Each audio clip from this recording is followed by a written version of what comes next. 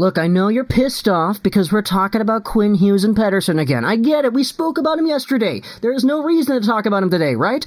Well, stick around. We have ourselves some stuff to talk about that I think you're going to want to hear. And I know, it's not that big of a deal, but it is something, just something. And what I'm talking about is not this right here.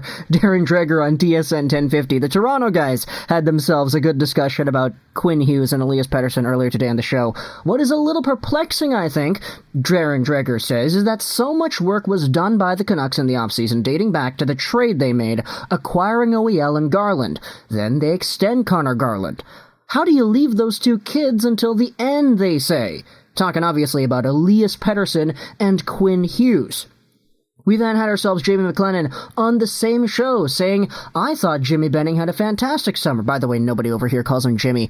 Nobody calls him Jimmy, we call him Jimbo. I don't even know where that came from, to be honest. Ultimately, he, OEL, is going to be a good player for them because he's going to slot behind Hughes. But Hughes isn't there. My brain is having trouble trying to grasp this quote, NHL Watcher says. I don't know if that little comment at the end is a reflection more so of McLennan and what he said, or of the content within the quote, and how Jim Benning has gone out there not signing PD and Hughes, leaving them to the end, as Darren Dreger had noted in his previous thing. Well, leave it to Thomas Drance to come out here with the update that makes us a little bit happier, because sources indicate to The Athletic that the Vancouver Canucks and CAA, that is, the agency that represents Hughes and PD, hey, guess what? They've made progress this morning in talks. Yeah, let's go, buddy. Don't call it a breakthrough yet, but there is optimism that Vancouver and their two cornerstone players are inching towards a resolution at last.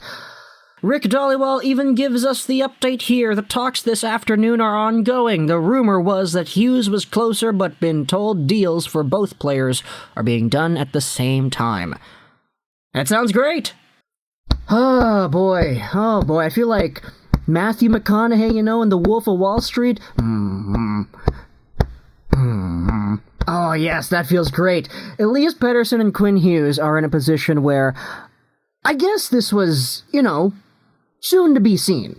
We had ourselves so many people in the media suggesting that it would just be a matter of time before one of these parties, Hughes or PD, just tells the agency, okay, screw it, I want to get this done, let's get it done right now. And once that point would come, it would be a lot easier for the agents to compromise and just say, okay, well, the client really wants it done now, so here you go, Benning. These are the terms you wanted. Here, we'll sign on the dotted line. This is what we're going to do.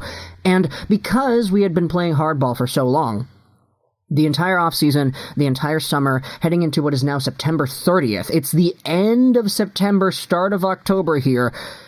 It took a while because there was a lot of negotiating. The perspective of the clients is, well, I'm just going to let the agents do the talking because I'm an 18, 19, 20-year-old kid. They're 20, not 18, by the way.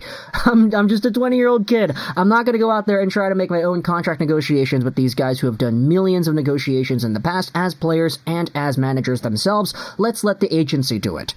And the agent's perspective is always the same too. Okay, my client is worth X amount of dollars, $9 million, $10 million, $8 million on however many years the term is long, based off of other comparables we have in the National Hockey League. Hey, this guy, Barzal, making this amount of money. This guy, Braden Point, making this amount of money. Points per game, performance-wise, minutes on the ice, power play starts, all that stuff. It kind of coincides with my client, so therefore, my client should be worth the same amount of money too. And the agent's perspective is always the same. I need to go out there and maximize earning potential for my client, partly because I'm getting paid too as a commission, but secondly, because my client's worth the money. I'm not going to go out there and negotiate a contract for Elias Pettersson that's 3 years long and $5 million AAV because he's worth more than that. It'd be unfair to my client to go ahead and do that for him, so I'm going to go out there, try to give my client the best deal possible. It's just when the team eventually gets to a point where it's like, yeah, we can't pay. We don't have enough cap space, buddy. Sorry, OEL costs a lot, eh? It's up to any of the other parties to either say, okay, well, screw it, I don't care about getting the max amount of money. Agent, CAA, come on, just get this done, and I'll sign, and we'll play next year. We'll do it.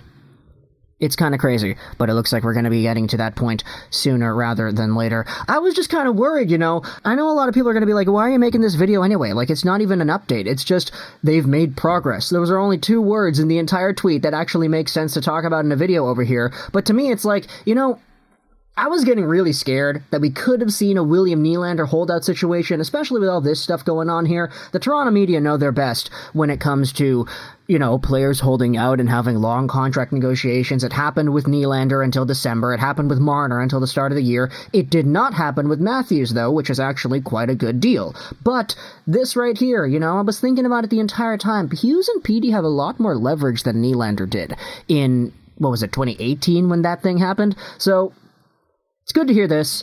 Thomas Drance almost never lies, and when it comes to Thomas Drance, I trust that man with Vancouver Canucks news and info. Plus, it was Rick Dhaliwal who retweeted it as well, so there's a lot of credibility heading over here with the Vancouver Canucks and their news. So don't call it a breakthrough, but there is optimism, and that is what we want. We want optimism in this time of doom and gloom, and OEL doing not actually bad, to be honest. So talk to me in the comments, what do you think about this little update over here? I hope you enjoyed this video. And bye.